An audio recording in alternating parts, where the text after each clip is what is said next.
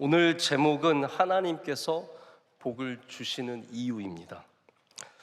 그런데 제가 정말로 하고 싶은 이야기는 하나님께서 왜 복을 거두어 가실까에 대한 이야기이기도 합니다.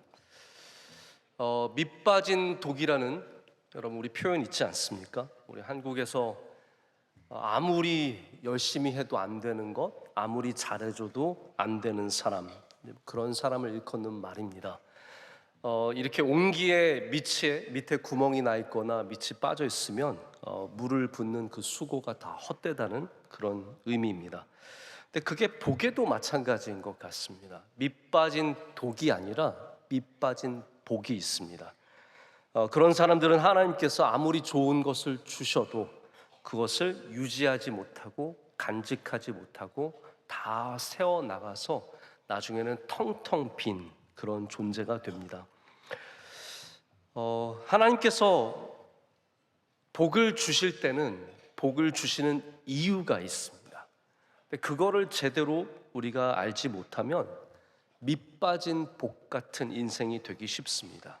아브라함을 보면 그는 복을 누리는 사람이었고 복을 가진 사람이었고 복을 베푸는 사람으로서의 복 있는 사람의 모델의 삶을 살았습니다. 그렇기 때문에 오늘 우리는 이 말씀을 통해서 아브라함에게 주신 복을 생각하면서 왜 아브라함이 그렇게 복을 잘 누렸는지를 기억하면서 우리도 그렇게 복 받는 사람이 되기를 간절히 소망합니다. 우리 그리스도인들이 복에 대해서 가장 먼저 고백해야 할 것은 우리 모든 창조물, 인간은 하나님의 복을 받아야 하는 존재이다입니다. 이것이 믿음의 명제이며 성경적인 진리입니다. 그렇기 때문에 히브리어의 복에 해당하는 모든 단어들은 하나님과의 관계 속에서 형성된 단어입니다. 제가 일일이 히브리어로 어떤 것이 복이라고 말씀드리진 않겠지만 모든 단어 하나하나가 하나님에게서부터 복이 온다는 것을 의미하고 있습니다. 자, 그렇기 때문에 아브라함에게 하나님께서 오늘 복을 주시고 그에게 복이 되라라고 말씀한 것이 얼마나 의미 있는 장면인지 모릅니다. 이거를 반대로 생각해 보자면 우리에게 주신 복이 내가 그것을 이기적으로 사용하고 우리 안에만 머물러 있고 나에게만 기쁨과 나에게만 큰 자랑이 된다면 그것이 하나님에게는 아무 의미 없는 복이 될 수 있다는 것이죠. 그래서 우리가 세상에 살아가면서 다른 사람에게 복을 끼치기보다는 저주가 되고 하나님이 주신 복을 나 혼자 누리게 되면 하나님께서 오히려 그 복을 거두어 가실 수도 있다는 것을 생각해 봐야 합니다. 실제로 성경을 보면 하나님께서 복을 거두어 가시는 사건들이 많이 나옵니다. 여러분이 잘 아시는 사울 왕은 하나님을 떠났습니다. 그리고 하나님의 영도 그를 떠났는데 그렇기 때문에 그는 결국 복을 다 잃어버리는 삶이 되었습니다. 솔로몬이 그랬습니다. 삼손이 그랬습니다. 저도 이렇게 가끔 굉장히 잘 살지만 그 받은 복을 제대로 하나님의 뜻대로 누리지 않고 베풀지 않고 자기 자신만 자기의 가정만 막 기뻐하면서 즐거워하면서 이기적으로 또한 교만하게 누리는 그런 분들을 보게 되면 이 잘 나가시는 분의 삶이 정말 아침 안개처럼 사라질 수 있는데라는 그러한 걱정과 안타까움이 들 때가 있습니다. 교만하고 하나님이 주신 복을 나만 누리는 삶을 살면 그 복은 금방 사라지는 복이 될 수 있습니다. 자, 그래서 제가 오늘 복에 대한 말씀을 여러분께 드리는데 이게 단순히 복 받아서 잘 살아라 라는 그러한 결론은 아닙니다. 물론 우리는 복을 받아야 합니다. 여러분 복 받으시기를 축복합니다. 꼭 복 받으셔야 합니다. 우리 이 복에 대해서 얘기를 하다 보면 우리 교인들 사이에 복에 대한 여러 가지 관점이 있다는 것을 알게 됩니다. 어떤 분들은 복을 너무 사모하다 보니까 예수 그리스도보다 복이 더 중요한 사람들이 있는가 하면 또 어떤 분들은 그런 기복적인 신앙에 대한 비판적인 시각을 갖고 복 자체를 거부하는 사람들도 있습니다.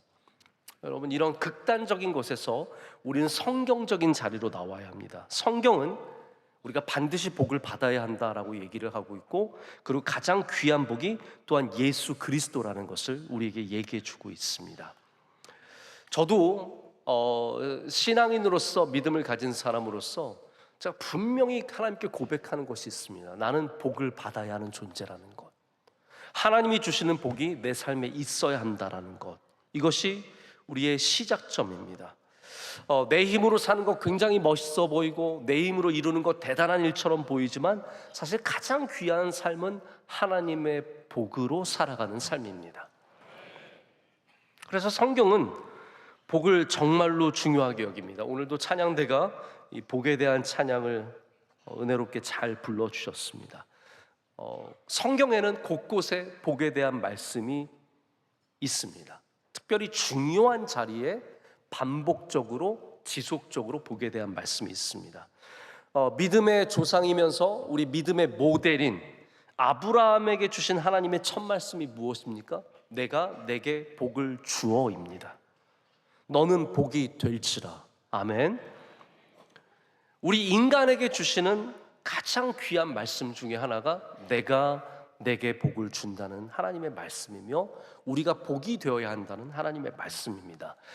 시편은 성경 중에서 어느 성경이 더 좋다라고 말할 수는 없지만 많은 성경의 책들 중에서 가장 귀한 책 중에 하나가 시편이라고 저는 생각합니다. 시편 150편 안에 성경의 전체가 담겨 있다고 해도 과언이 아니고, 그래서 예수님께서도 구약 성경을 인용하실 때 가장 많이 인용하신 것이 바로 시편입니다. 근데 시편 1편은 여러분 뭐로 시작합니까? 복 있는 사람이에요. 성경이 복을 얼마나 중요한지를 우리에게 가르쳐주고 있는 겁니다. 예수님께서도 산상수훈의 가장 첫 설교의 가장 핵심된 말씀으로 팔복 말씀을 전하셨습니다. 복에 대한 말씀을 우리들에게 선포해 주셨습니다. 그래서 성경은 복과 떼어서 생각할 수 없습니다. 심지어는 우리가 믿는 예수 그리스도께서 이 땅에 오시고 이 땅에 십자가에 달려 죽으시고 우리 가운데 부활하신 그 사건을 우리가 복음이라고 표현하지 않습니까? 복된 소식. 자, 지금까지 제가 많은 이야기를 드렸는데 이걸 간단하게 정리하자면 첫 번째로는 복은 하나님에게서 온다. 두 번째는 우리에게는 복이 필요하다. 세 번째로는 성경은 복을 중요하게 여긴다 입니다. 근데 처음에 제가 말씀드린 것처럼 이 복이 왜 밑 빠진 독처럼 우리 삶에서 빠져나가는가? 왜 그런 사람들이 있는가? 이들은 왜 복을 잃어버립니까? 왜 하나님께서는 이들에게서 복을 거두어 가십니까? 바로 거기에 대해서 우리가 분명히 알아야 합니다. 제가 이번에 어떤 일련의 긴 사건 하나를 마치면서 그 결말을 두고 제가 굉장히 마음에 곱씹게 되었습니다. 제가 이 이야기를 좀 상세히 말씀드리길 원하는 것은 오늘 말씀의 바탕이 바로 이 사건에 있기 때문입니다. 제가 이번에 도미니카 공화국에 가서 한 일주일을 보내고 또 다시 미국의 이사회로 가서 일주일 정도를 보내고 한국에 돌아오게 되었습니다.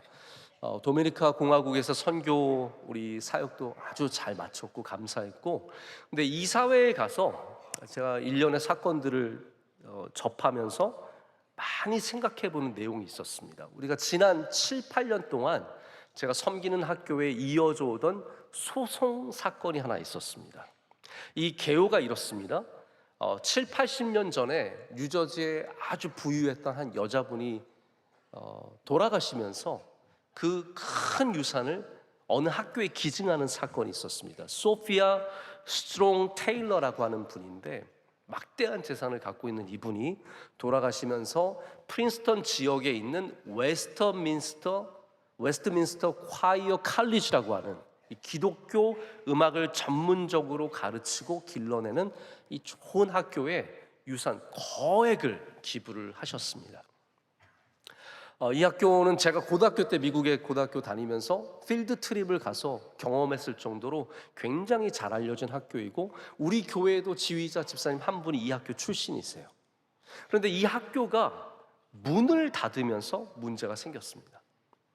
그렇게 좋은 학교였는데 이 전체적인 학교의 수많은 변화, 이런 것들을 감당하지 못하고 7, 8년 전에 이 학교가 폐교를 하게 되었습니다. 그 전에 라이더 유니버시티라고 하는 곳에 병합을 했다가 마침내는 폐교 수순을 밟아서 없어지게 된 거예요. 자, 근데 문제는 뭐냐면 이 소피아 스트롱 테일러가 학교에 기증한 금액의 유산에 조항을 걸었어요. 어떤 조항을 걸었냐면 이 학교가 더 이상 설립 목적을 이루지 못하게 되면 이 유산은 프린스턴 신학교에게 건네주어라. 그러니까 이분의 조항이었어요. 누구도 이 학교가 문을 닫을 줄 몰랐죠. 그런데 이 학교가 문을 닫으면서 더 이상 설립 목적을 이어갈 수 없게 되니까 이분의 유산을 프린스턴 신학교가 받아야 하는 상황이 된 겁니다. 변호사가 그거를 학교에 알려준 거예요. 그런데 이 웨스트민스터 콰이어 칼리지는 그 막대한 금액을 빼앗길 수 없잖아요. 그래서 소송을 벌이게 된 겁니다. 큰 정말 어마어마한 로펌들이 달라붙어서 이 소송전을 한 겁니다. 그러다가 7년 동안 이 재판이 이어져 오다가 이번 가을에 프린스턴 신학교가 그분의 유산을 이어받기로 결정이 되어서 저희 학교에 돈이 들어왔어요. 얼마가 들어왔냐면 저희 학교 역사상 한 개인이 낸 기부액으로서 가장 큰 400억이 이번에 들어오게 된 겁니다. 2,900만 달러.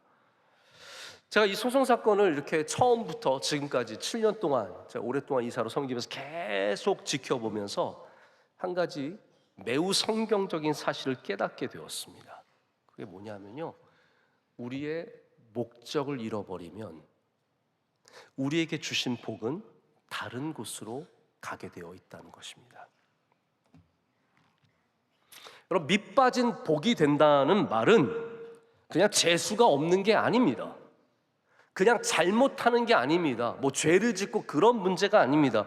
우리의 복의 목적을 잃어버릴 때 우리에게 주신 복은 다 땅으로 흘러가 버리게 되어 있다는 것이죠.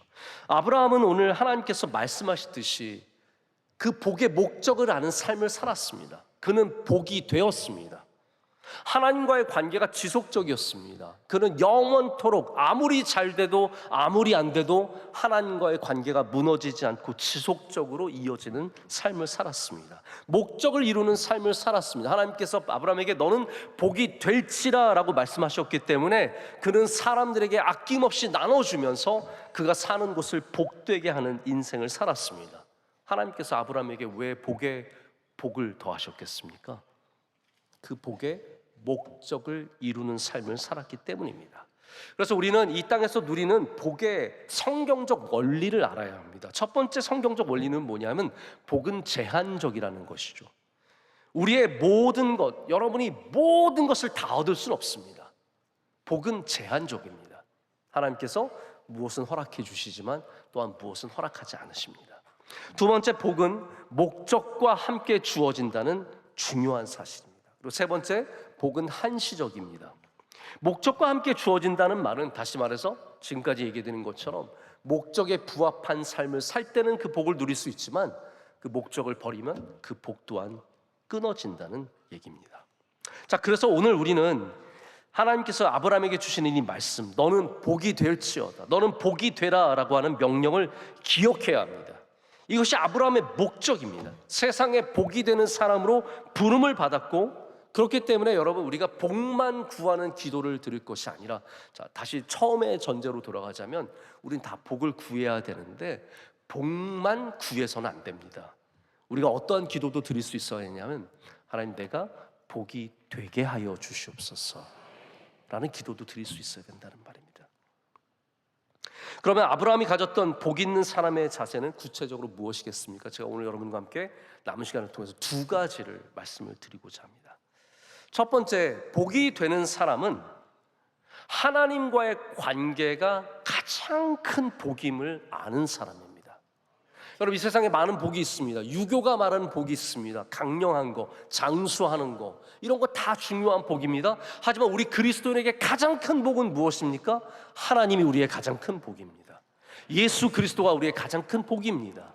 내가 믿음을 받고 구원함을 얻은 것이 가장 큰 복입니다. 여호와께 가까이함이 내게 복이라라고 말하지 않습니까? 오늘 본문 말씀의 바로 다음 장인 13장을 가면 아브라함이 조카 롯과 헤어지는 장면이 나옵니다. 아브라함의 동생이겠죠. 하란이 일찍 죽었기 때문에 하란의 아들인 롯이 자기 삼촌인 아브람과 함께 그곳을 떠나서 가나안 땅에 오게 됩니다. 계속 따라다닌 겁니다. 근데 함께 하다 보니까 여러분이 복 있는 사람은 어떤 은혜가 있냐면 복 있는 사람은 함께 하기만 해도 복을 받는 경우가 굉장히 많습니다. 그래서 여러분 웬만하면 복 있는 사람한테 붙으세요. 네. 손흥민이랑 같은 팀에 뛰면 어시스트가 저절로 옵니다. 그냥 잘 되는 거예요. 이렇게 음악 잘하는 사람 옆에 있으면 나도 잘하는 것 같은 효과가 있습니다. 복 받는 사람. 그래서 아브라함과 롯이 같이 있으니까 막 잘 된 거예요. 그러다 보니까 너무 잘 되니까 서로 갈등이 생깁니다. 두 사람 사이에 큰 문제가 없었겠지만 목자들끼리 다투기도 하고 서로 더 좋은 곳을 차지하려고, 그러다 보니까 아브라함이 제안을 합니다. 롯에게 말하기를, 자, 한번 둘러봐라. 너가 원하는 좋은 땅이 있으면 네가 먼저 선택해라. 그러면 네가 거기로 가면 나는 그 반대 방향으로 가겠다. 아브라함이 이렇게 제안을 합니다. 여러분, 우리 정상적인 사람이라면 이런 거 거절 한번 해야 되는 거 아닙니까? 무슨 말씀이세요, 삼촌? 삼촌 때문에 제가 여기까지 왔는데 제가 어떻게 먼저 고를 수 있겠습니까? 삼촌이 먼저 고르세요. 근데 롯은 그러지 않았습니다. 네? 제가 먼저 하라고요? 저기 물 많은 땅, 저기 좋은 땅 제가 가겠습니다 라고 해서 소돔을 가지 않습니까? 우리 보통 한국의 문화도 그렇고 우리 한국의 문화만이 그런 것이 아니라 지금 아브라함이 거하고 있는 이 중동의 문화도 마찬가지입니다. 연장자가, 어른이 더 좋은 것을 먼저 택하는 것이 정상입니다. 근데 아브라함은 전혀 그런 전통적인 방식을 택하지 않았습니다. 왜냐하면 아브라함은 뭘 알았던 사람이냐면 하나님에게 복이 있지 땅에 복이 있다는 것이 아니라는 것을 아는 사람이었어요. 그러니까 애초에 아브라함이 가나안 땅으로 가라고 했을 때 아브라함이 무슨 가나안 땅이 좋아서 왔겠습니까? 거기 가면 뭐 성공한다고 해서, 야, 거기 가면 애들이 교육을 잘 받는데, 거기 가면 사업이 잘 된대, 거기 가면은 좋은 게 많대, 이런 거 듣고 온 게 아니지 않습니까? 아브라함이 애초에 올 때도 오직 믿음으로 갈 바를 알지 못했지만 하나님이 복인 줄 알고 여기까지 온 거예요. 근데 하나님이 복인 줄 알고 왔더니 잘 된 거 하잖아요. 아브라함에겐 그런 믿음이 있었던 겁니다. 내가 좋은 땅으로 가서 잘 되는 게 아니라 내게 복 주시는 분이 하나님이시기 때문에 내가 하나님과 동행하면 잘 될 것을 믿고 간 겁니다. 그래서 어느 땅을 가도 상관없는 거죠. 결국 소돔과 고모라의 반대 방향인 헤브론으로 아브라함은 가게 되는데, 그 헤브론에서 아브라함은 어마어마한 성공을 거두게 됩니다. 여러분, 우리 삶에 종종 우리가 남들에 비해서 안 좋은 것을 택해야 하는 경우가 생깁니다. 힘이 없어서 그럴 때도 있습니다. 형들이 다 좋은 거 가져가고 남은 거, 제일 안 좋은 거 내가 가져야 될 때가 있습니다. 밀려서, 연차에 밀려서, 권력에 밀려서 별로 안 좋은 걸 얻을 때가 있습니다. 죄송하지만 우리 교회 안에서도 우리가 섬기고 봉사할 때 다 좋은 자리 가면 참 좋겠지만 다 뺏기고 제일 허술한 자리에 서야 할 때가 있습니다. 근데 여러분 꼭 기억하시길 바랍니다. 하나님과 함께하는 것이 복입니다.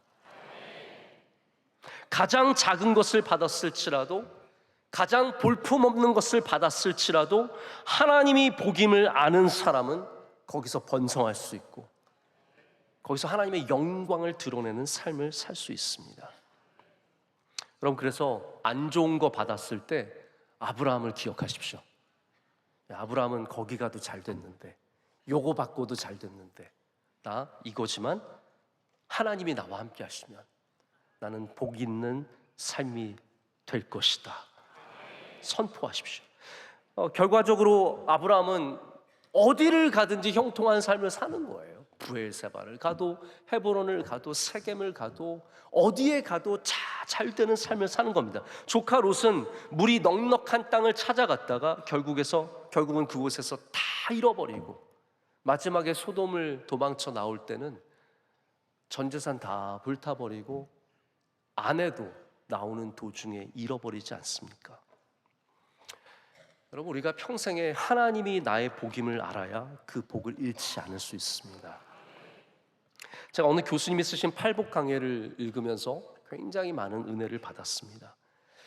이 마태복음의 산상수훈을 보면 예수님께서 뭐라고 시작하십니까? 심령이 가난한 자는 복이 있나니 라고 말씀하세요. 근데 이 교수님에 따르면 이 가난하다는 의미가 구약 성경에서 온 의미인데, 구약 성경 속에서 가난하다는 의미는 물질적인 의미, 물질적인 의미도 맞겠죠.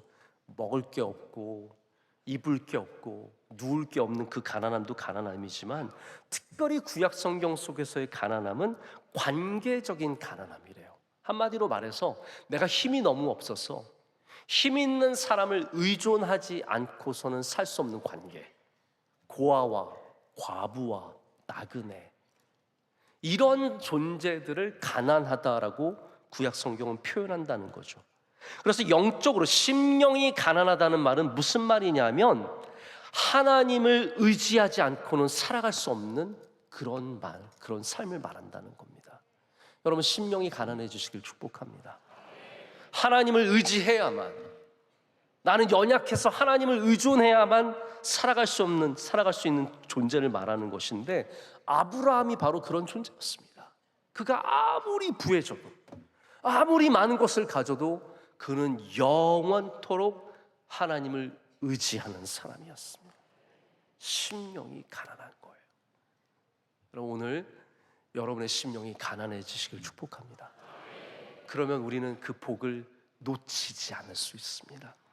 두 번째, 복이 되는 사람의 특징이 뭐냐면 다른 사람들을 복되게 하는 사람이라는 사실입니다. 리더십의 가장 뛰어난 학자 중에 한 명을 존 맥스웰로 꼽습니다. 이분은 목사님이기도 합니다. 근데 이분의 중요한 리더십의 핵심이 뭐냐면, 제가 이분의 책을 많이 읽었는데 그 핵심을 깔때기로 내리면 결국 뭐가 되냐면 다른 사람들이 잘 되게 하는 리더십입니다. 이게 정말로 중요한 리더십입니다. 영어로는 help others win, 다른 사람들이 승리하도록 도와주는 그런 리더십을 말합니다.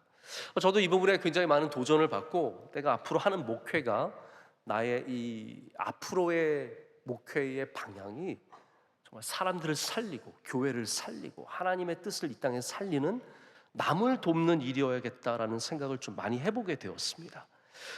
하나님께서 아브라함에게 너는 복이 되라 라고 말씀하셨을 때, 너 돈 많이 벌어라, 너 건강해라, 너 자녀 많이 낳아라, 네 사업 잘 되라 라는 그런 뜻이었겠습니까? 아닙니다. 하나님께서 너는 복이 되라 라고 말씀하셨을 때, 네가 가는 곳마다, 너가 서 있는 곳마다, 네가 하는 것마다 너의 주변 사람들이 너를 통해서 복을 받게 해라 라는 뜻이라는 겁니다. 그래서 아브라함이 어디를 가든지 사람들을 살리고 하나님의 뜻을 이루고 하나님의 영광을 드러내며 그가 있는 그곳을 복되게 하지 않았습니까? 여러분, 지금 여러분의 그 자리, 여러분 때문에 복 받으시길 축복합니다. 제가 근래에 어떤 목사님 통해서 안타까운 이야기를 하나 들었습니다. 해외에 있는 이 목사님이 작은 교회를 섬기는데 그 지역에 가장 부유한 분이 그 교회를 나오고 있었어요. 목사님이 얼마나 힘이 됐겠습니까? 해외 이민사회의 작은 교회에 부유한 사람이 나와서 도와주니 얼마나 힘이 됐겠어요. 그런데 이 가정이 잘 산다고, 힘 있다고 결국은 교회를 자기의 마음대로 흔들려고 하는 거예요. 목사님, 왜 이거 안 하세요? 내가 이렇게 하라고 하지 않았습니까? 왜 내 말대로 안 하세요? 이러면서 목사님을 어렵게 하는 거예요. 그리고 다른 사람들이 들어오면 악한 험담을 퍼뜨리면서 쫓아내려고 하고, 이런 일들을 하게 된 겁니다. 결국은 목사님뿐만 아니라 교인들도 다 힘들어하는 아주 어려운 상황에 처했다는 얘기를 제가 듣게 되었습니다.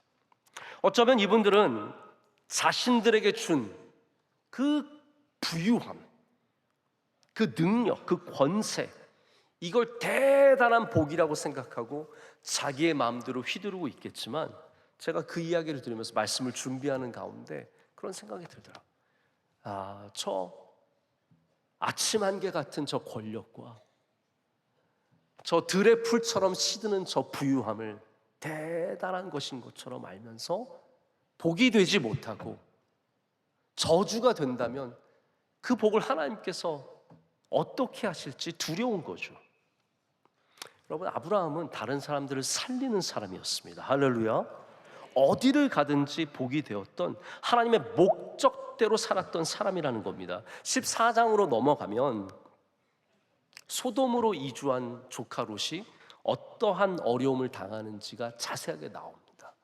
가서 잘 살았느냐? 모르겠습니다. 처음엔 잘 살았는지 모르겠는데 그 지역이 큰 전쟁에 휘말리게 됩니다. 여러 왕들이 와서 함께 전쟁하는 가운데 조카 롯과 아내와 자녀들과 재산이 다 사로잡혀서 저 북쪽에 멀리 있는 단까지 이들이 가게 됩니다. 자, 아브라함이 이 이야기를 들었어요. 여러분, 아브라함은 복 있는 사람이라고 했잖아요.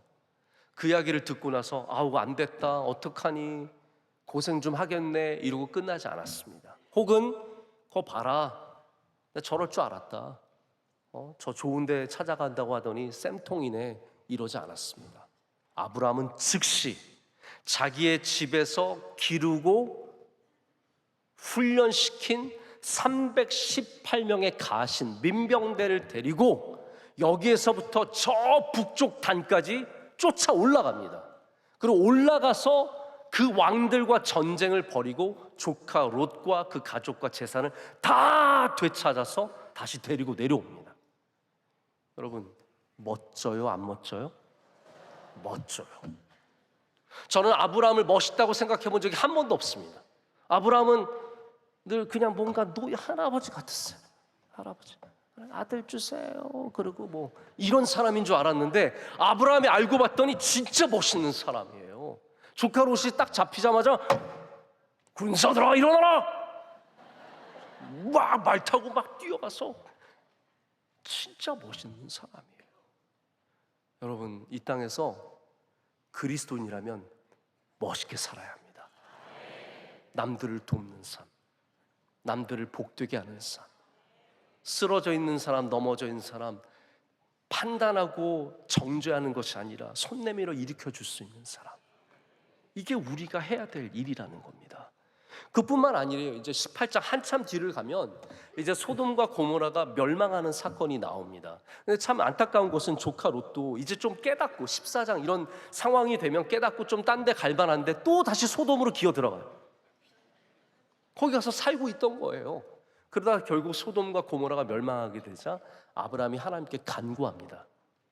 하나님, 이 성을 어떻게 멸망시키십니까? 살려주십시오. 아브라함의 이 일관된 복이 되는 삶을 한번 보십시오. 사람을 계속 살리고 사람을 위해서 기도하고 축복하는 삶 아닙니까? 여러분, 그래서 가장 기본 중의 기본이 누군가에게 복이 되기를 원하신다면 그들을 위해서 기도해 주십시오. 그리고 여러분이 한마디 말을 하더라도 축복의 말을 해 주십시오. 그게 진짜 복이 되는 삶이고, 그런 복된 사람에게 하나님은 절대로 복을 거두어 가시지 않습니다.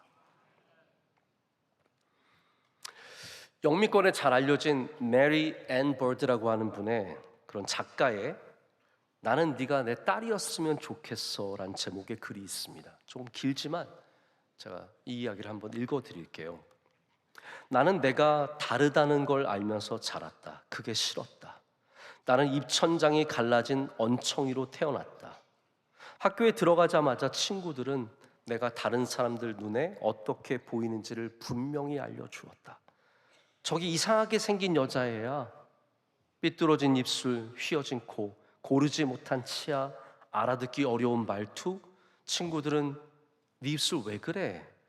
하고 물으면 나는 유리 조각에 넘어져서 다쳤어 라고 말하곤 했다. 태어날 때부터 그렇게 태어났다는 것보다는 사고로 다쳤다고 말하는 게 그나마 나은 것 같았기 때문이다. 그래서 나는 나의 가족 외에는 아무도 나를 사랑할 수 없다고 믿었다. 그런데 2학년 때 우리가 정말로 좋아하는 선생님 한 분이 계셨다. 레너드 선생님, 미시스 레너드였다. 우리는 매년 청력 검사를 했는데 그 해도 반 전체가 검사를 받았다. 드디어 내 차례가 왔다. 나는 이미 절차를 알고 있었다. 문 옆에 서서 한쪽 귀를 막고 교탁에 앉은 선생님이 조용히 속삭이면 그 말을 따라하면 됐다. 하늘은 파랗다, 새 신발을 샀니? 그런 식이었다. 나는 선생님이 뭐라고 하실지 기다렸다. 그런데 그 순간 아마 하나님께서 선생님의 입술에 넣어주신 것 같은 7마디 말이 내 인생을 바꾸어 놓았다. 레너드 선생님이 속삭였다. 난 네가 내 딸이었으면 좋겠다. I wish you were my little girl. 이 7마디 말로 복이 되어주셨던 선생님으로 인해서 이 메리 앤 버들은 훌륭한 작가로 성장할 수 있었습니다. 여러분, 축복의 존재들이 되십시오. 말씀을 맺습니다. 솔로몬이 그 많은 지혜와 어느 누구도 인류 역사상 누리지 못한 영화를 누렸지만 그가 하나님을 떠나고 하나님과의 관계가 깨어지고 그가 가지고 있는 모든 것을 자신의 쾌락과 욕심을 위해 살아갈 때 그의 복은 다 밑빠진 독처럼 빠져나갔습니다.